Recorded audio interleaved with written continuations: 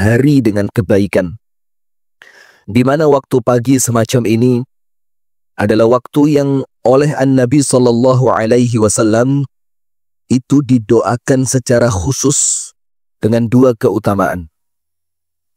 Yang pertama, Nabi besar Muhammad SAW berdoa, Allahumma barik li ummati fi bukuriha.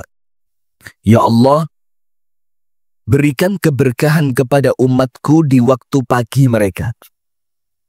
Itulah kenapa para ulama mengatakan orang yang kehilangan waktu paginya adalah orang yang terlewat darinya keberkahan untuk hari itu. Kemudian yang kedua, ada satu hadis yang secara khusus membahas mengenai sedekah pagi.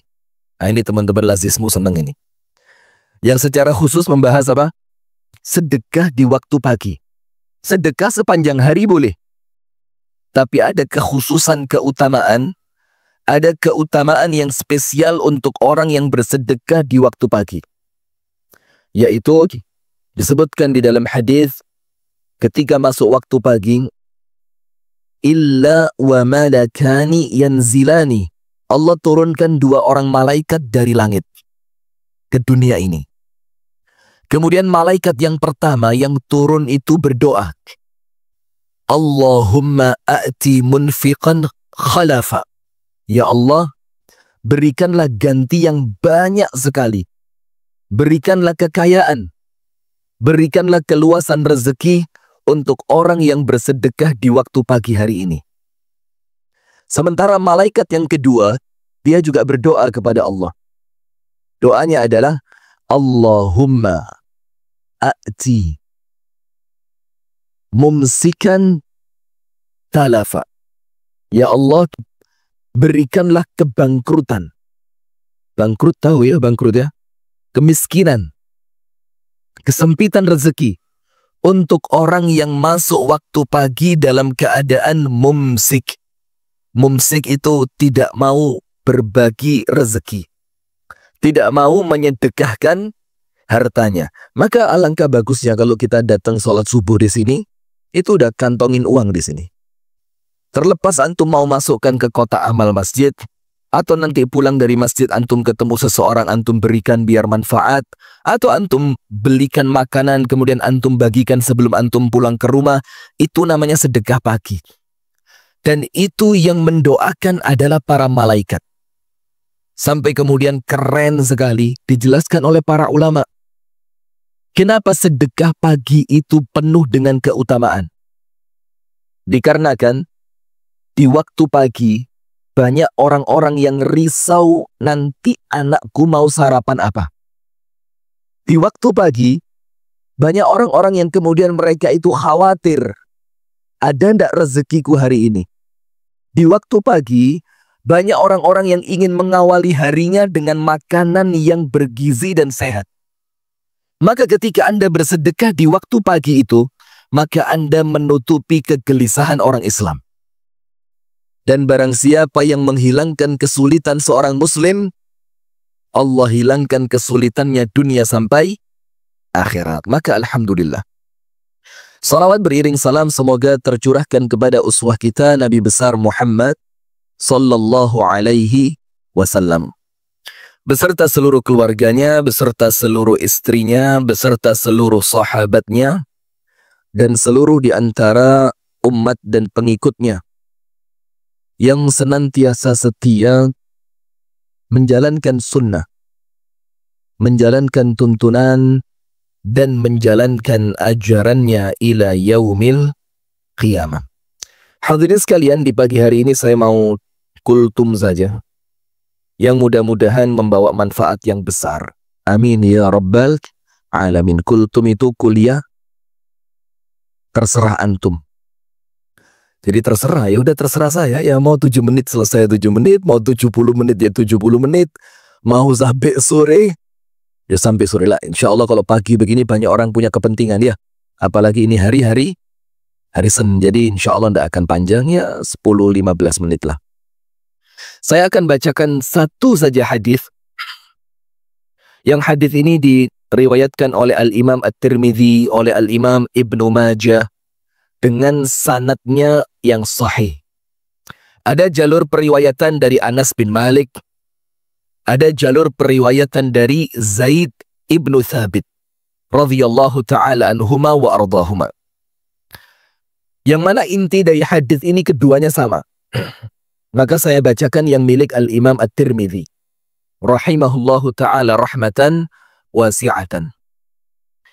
An-Nabi sallallahu alaihi wasallam bersabda, An Anas bin Malik radhiyallahu ta'ala anhu qala, dari sahabat Anas ibnu Malik, semoga Allah meridhoinya, dia berkata, Qala Rasulullah sallallahu alaihi wasallam, Rasulullah Muhammad sallallahu alaihi wasallam bersabda, salah satu yang menjadikan majelis ta'lim ini mulia, salah satu yang menjadikan majelis ta'lim ini penuh dengan keutamaan, yaitu karena di dalamnya banyak diucapkan salawat kepada Nabi besar Muhammad sallallahu alaihi wasallam. Karena yang kita baca hadis, yang kita baca adalah sunnah Nabi besar Muhammad sallallahu alaihi wasallam. Beliau bersabda, Man kanatil akhiratu hammahu. Barang siapa yang menjadikan akhirat itu sebagai kerisauan utamanya dia. Faham ya? Kerisauan itu apa? Kerisauan itu apa? Jadi gelisahnya dia itu gelisah akhirat. Pemikiran terbesarnya dia itu tentang akhirat, bukan tentang dunia. Sementara kita sekarang apa? Dunia. Kita mikir bagaimana ekonomi lancar. Kita mikir bagaimana toko bisa laris. Kita berpikir bagaimana kemudian bisa punya rumah. Iya enggak? Antum lihat nanti hadis ini. Ternyata selama ini kita rugi apabila seperti itu. Rugi betul. Nah, maka Rasulullah bersabda, barang siapa akhirat yang menjadi kerisauan utamanya. Pemikiran terbesarnya itu adalah akhirat. Ja'alallahu ghinahu fi qalbihi. Nomor satu, Allah masukkan kekayaan ke dalam hatinya. Dan nanti kita perhatikan. Ketika Rasulullah mengatakan tentang kaya, itu yang disebut hati. Tapi ketika beliau sallallahu alaihi wasallam berbicara tentang miskin, itu yang digunakan mata. Berarti kaya dan miskin itu hanya urusan hati dan mata saja. Nah, maka orang yang menjadikan akhirat itu tujuan utamanya, kerisauan terbesarnya, Nabi besar Muhammad yang menjamin Allah masukkan kekayaan ke dalam hati antum. Sementara Rasulullah mengatakan apa? Laisal ghina an kathratil 'arad, walakinnal ghina ghina nafs. Orang kaya itu bukan orang yang hartanya banyak melimpah, bukan. Karena banyak orang yang hartanya melimpah masih merasa apa? Merasa kurang. Itu antum lihat itu. A'azzanallahu wa iyyakum. Semoga Allah menyelamatkan kita. Para koruptor itu rata-rata sudah nampak kaya atau masih miskin. Coba koruptor-koruptor yang ketangkep KPK yang kelasnya nasional itu. Rata-rata mereka sudah kaya. Mereka punya mobil bukan cuma satu. Mereka punya rumah bukan cuma satu. Mereka bahkan punya gaji yang apabila gajinya itu diberikan kepada orang kandangan, itu tidak cukup, tidak perlu kerja setahun, insya Allah cukup. Tapi kenapa mereka masih korupsi? Karena Rasul mengatakan kaya itu bukan materi tapi hati. Maka ketika kita lihat orang semacam itu hakikatnya Allah sedang mengazab mereka. Sudah kerja capek, nampak rumahnya mewah, nampak mobilnya mewah, dan ketahuan gajinya besar, tapi dia tidak merasa cukup. Itu diazab sama Allah. Dia tidak diberikan kemampuan menikmati apa yang dia miliki. Sementara lihat, orang lain yang kerjanya biasa. Jumlah materi tidak seberuntung mereka. Tapi bisa tertawa di rumah, bisa tenang dengan anak dan istrinya, bisa menyempatkan sholat di masjid 5 waktu sehari, bisa sempat membaca Al-Quran. Sementara mereka yang sudah kaya, hidupnya dikejar waktu. Meeting sana, meeting sini, MOU sana, MOU sini. Antum perhatiin enggak yang seperti itu? Coba. Sementara kita ini nampaknya orang biasa, tapi alhamdulillah. Kita punya waktu bersama istri, kita bisa main-main dengan anak kita. Bahkan di antara antum mungkin ada yang sempat kepikiran mau nambah istri. Iya kan? Padahal duitnya tidak seberapa. Lah sementara mereka yang sudah kaya, itu bukan mikir nambah istri. Mikir bagaimana supaya selingkuhannya nggak ketahuan istri. Dan betul itu. Dan antum tahu saya punya teman. Itu cerita, Pak. Hampir bisa dipastikan setiap koruptor pasti punya selingkuhan. Coba. Nah, maka Allah melalui Rasulullah mengatakan itu karena pikiran terbesarnya dia apa? Dunia. Sementara apabila orang itu risau terbesarnya adalah akhirat, Allah masukkan kekayaan ke dalam hatinya. Tenang hidupnya. Merasa cukup. Tidak diperbudak oleh dunia. Kemudian wajama'a lahu syamlahu. Dan Allah akan jadikan untuknya semua urusannya mudah. Orang yang menjadikan akhirat itu pikiran utamanya, urusannya mudah. Ini janji Rasulullah. Kenapa urusannya mudah? Karena Allah ikut campur dalam urusan itu. Karena Allah tidak akan membiarkan orang-orang yang kemudian mereka itu menjadikan akhirat sebagai tujuannya, Allah biarkan kesulitan untuknya, tidak mungkin. Allah pasti berikan untuknya kemudahan. Dan itu janji Allah. Wa may yattaqillah yaj'al lahu makhraja wa yarzuqhu min haitsu la yahtasib.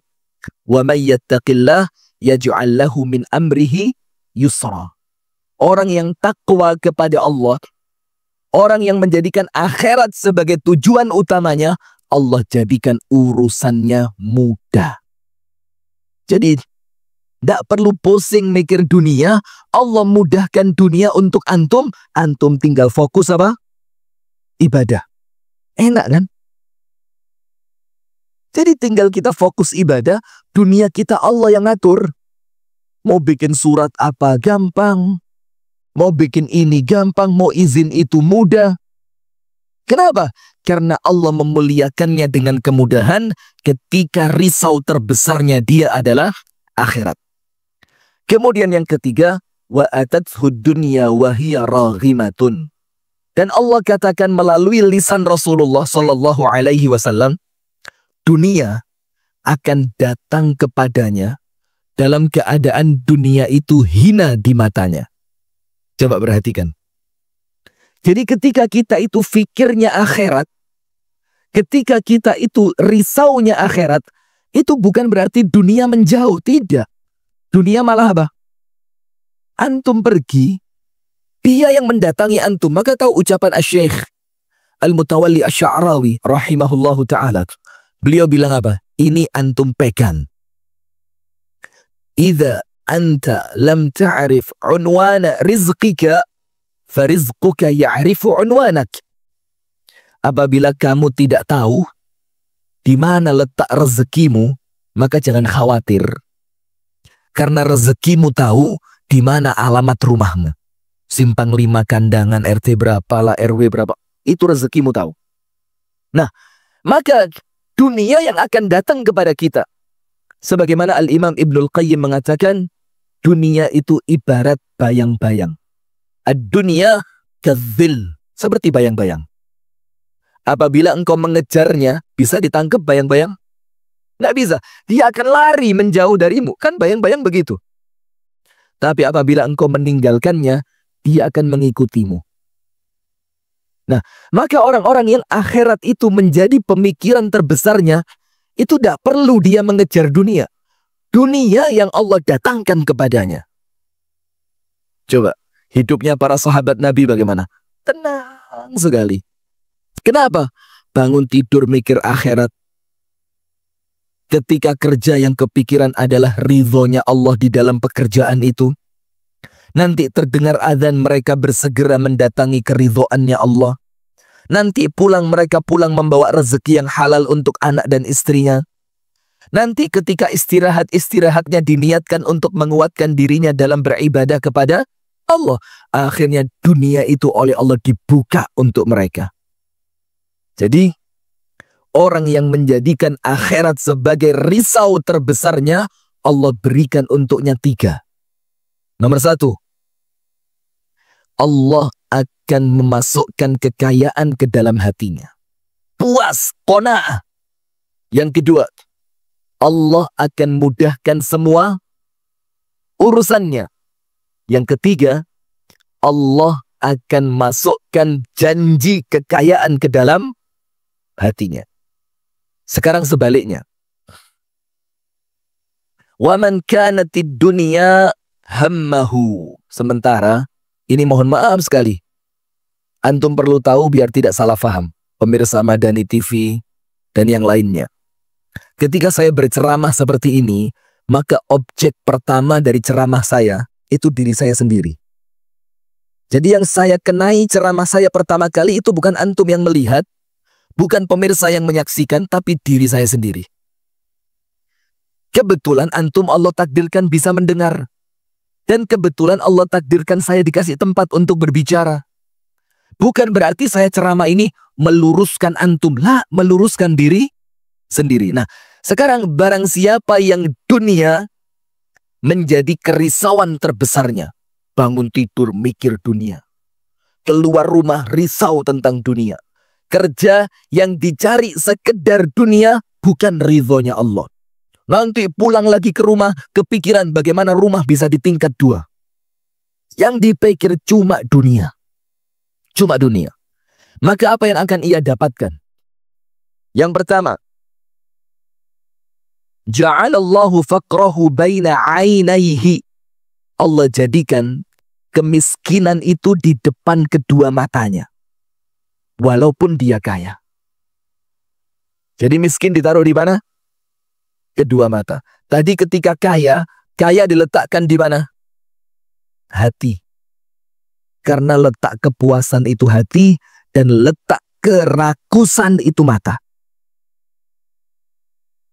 Letak kerakusan di mana? Mata. Maka Rasulullah menunjukkan biar tidak rakus, lihatlah orang yang ada di bawahmu, jangan melihat orang yang di atasmu. Apa bahasanya? Lihatlah. Karena kalau kita salah meletakkan pandangan kita, susah hidup kita, susah. Yang kita lihat orang kaya, yang kita lihat orang yang sukses dari segi dunia, yang kita lihat orang sebelah sana keluar pakai mobil mewah, mau apa? Sementara kita perlu tahu, nikmat itu Allah bagi menjadi 2. Tidak ada 3, 2. Yang pertama, ni'matan zahiratan. Nikmat yang tampak secara zahir. Nikmat yang bisa dirasakan dengan panca indera. Bisa dilihat, bisa dipegang. Tapi apa? Nikmat yang kasat mata, nikmat zahir, itu belum menjamin datangnya nikmat di dalam batin. Antum bisa jamin kalau orang kaya pasti bahagia? Bisa jamin? Tidak kan? Berapa banyak orang-orang di puncak kesuksesannya mati bunuh diri? Pernah dengar ceritanya? Merlin, masa gak tahu tuh, artis terkenal dunia. Merlin siapa namanya? Bukan tahu juga. Masya Allah, sampai kandangan lah Marilyn Monroe ini. Di puncak karirnya bunuh diri. Dan banyak lagi yang lain. Artinya apa? Kekayaan yang duniawi tidak menjamin batin antum tenang. Itu mau dicari. Sementara nikmat yang kedua, ni'matan batinatan. Nikmat yang Allah masukkan ke dalam hati antum. Artinya apa? Allah bisa menjadikan hati antum tenang, hati antum puas, hati antum bahagia tanpa dunia. Bisa enggak? Bisa. Nabi besar Muhammad SAW itu bisa kita katakan hidupnya sangat sederhana. Tapi tidak ada orang yang lebih bahagia melebihi Nabi Muhammad. Padahal Allah tidak berikan dunia, tapi Allah berikan bahagia. Maka yang kita cari bukan nikmat zahir, tapi nikmat batin. Bukan berarti tidak boleh cari dunia, boleh. Tapi bukan itu tujuan utama. Karena dunia kita cari untuk kenyamanan, betul tidak? Lah terus apa kalau dapat dunia tapi tidak nyaman, mau apa? Sementara harta yang antum dapatkan, halalnya dihisab, haramnya diazab.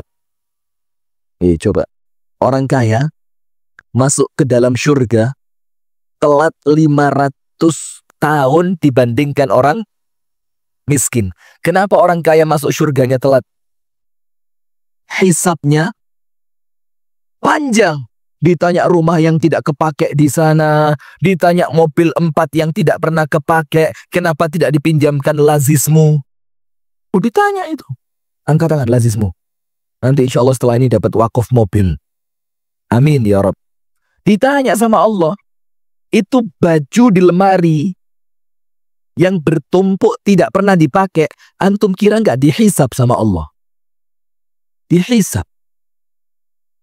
Sampai Rasulullah mengingatkan kita apa? Al-baitu thalathu huraf, dalam hadis yang hasan.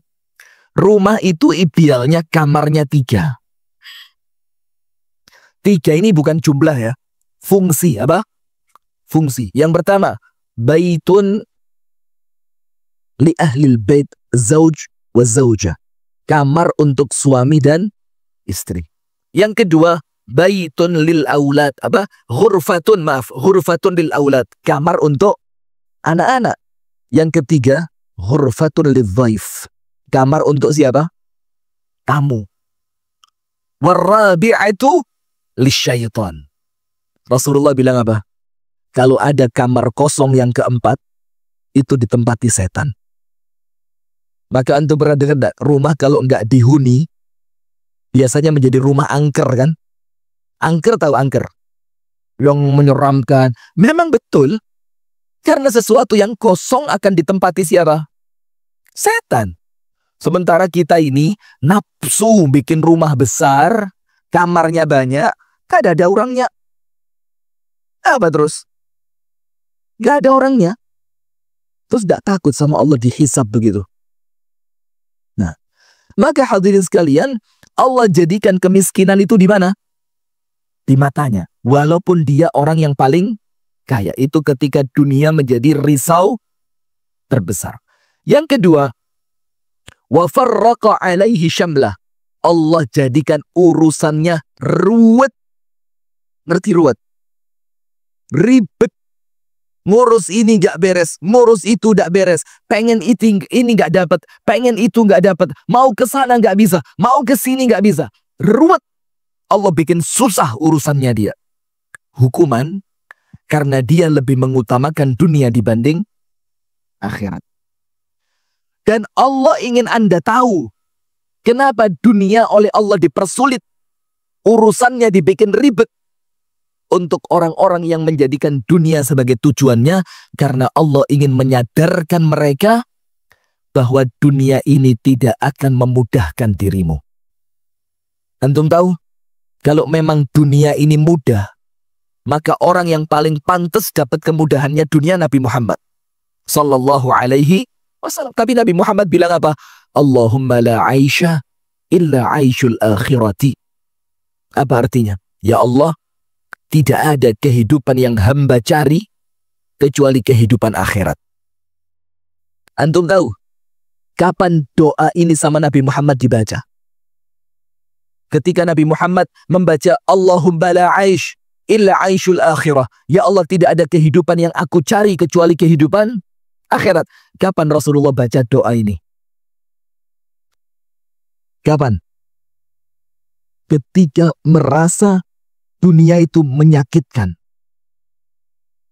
Sehingga Rasulullah menyadarkan dirinya, sudahlah, sakit itu, sulit itu, ribet itu, capek itu, itulah hakikatnya dunia. Sehingga menghibur dirinya dengan mengucapkan, biarlah dunia susah, yang penting akhirat selamat. Kita enggak. Kita kepingin dunia bahagia walaupun akhirat hancur. Betul enggak? pengen jadi PNS. Macam apa caranya? Pengen jadi PNS gimana? Jujur, jangan pura-pura kada tahu lah. Hah? Ada sesuatu atau lurus-lurus saja? Jujur, gimana? Itu nyari dunia menghancurkan akhirat. Antum tahu apa Rasulullah katakan? Nanti di akhir zaman kalian akan lihat rajulun yusbihu mu'minan wa yumsi kafiran. Pagi hari beriman, sorenya kafir. Wa yumsi mu'minan wa yusbihu kafiran. Sore beriman, pagi kafir. Sampai para sahabat kaget, ya Rasulullah. Secepat itu mereka berubah dari keimanan menuju kekufuran. Apa Rasul katakan sebabnya? Yabi'u dinahu bi'aradhin minad dunya. Karena mereka menjual akhiratnya untuk mendapatkan sedikit kenikmatan dunia. Mereka jual apa? Akhiratnya. Mau jadi anggota DPR, mau pemilu, apa yang dilakukan? Jangan pura-pura nggak tahu ya. Coba saya ngomong vulgar sekarang nggak berani. Ini live televisi, dikit-dikit somasi. Serem sekarang. Maka jangan nyebut nama, tempat, kelompok, suku. Aman insya Allah. Sekarang salah dikit ngomong somasi, tuntut, lapor. Kok Indonesia sekarang nampaknya menyeramkan sekali ya? Kok Indonesia ini sekarang nampaknya hilang ramah tamahnya? Zaman saya SD, saya belajar pelajaran PPKN dan IPS. Kemudian seni dan budaya, itu dipelajari waktu saya SD. PPKN itu pendidikan Pancasila. Kemudian ada IPS, ilmu pengetahuan sosial tentang masyarakat. Kemudian ada lagi apa? Seni dan budaya. Itu intinya satu, masyarakat Indonesia, masyarakat yang ramah tamah. Sopan santun, gotong royong, gemar membantu. Itu enggak? Sekarang masih ada. Sekarang dikit-dikit apa? Bakar! Sekarang dikit-dikit apa? Hancurkan! Ada pencuri sendal di masjid, hadirin. Antum enggak malu sama Allah? Pencuri sendal di masjid, hancur mukanya. Ya Allah. Seharusnya pencuri sendal ke masjid itu antum malu. Kenapa sampai nyuri sendal? Lazismu harus bergerak itu. Kenapa pian curi sendal? Kada ada fulus, kada beli makan. Begitu. Ini dipasang fotonya, dipukuli. La ilaha illallah. Tak malu antum sama Allah itu. Nah, maka begitu. Allah jadikan orang yang menjadikan dunia ini sebagai risau terbesarnya. Urusannya apa? Susah. Dan yang terakhir, walam ya'tihi minad dunya illa ma quddiralah. Dan Allah tidak akan berikan untuknya dunia itu kecuali apa yang telah Allah tetapkan. Berarti apa? Capekmu, kerja kerasmu, sampai kamu melalaikan sholat, sampai kamu melupakan keluarga, tidak akan menambah jatah rezekimu. Coba. Nah, maka orang yang menjadikan dunia sebagai tujuan utamanya, Allah hinakan dengan 3. Matanya senantiasa merasa miskin, urusannya susah, ruwet, tidak selesai-selesai. Dan yang ketiga, dunia tidak akan datang kepadanya kecuali apa yang telah Allah tetapkan. Nah, maka itu hadirin sekalian dan pemirsa Madani TV dimanapun Anda berada, mari, bismillah, kita jadikan akhirat itu sebagai tujuan utama kita. Supaya apa? Supaya hidup kita mudah, urusan kita mudah, rezeki kita barokah, dan Allah berikan kepada kita kekayaan dari tempat yang tidak disangka dan diduga. Barakallahu fikum wa jazakumullahu khairan. Itu yang dapat kami sampaikan.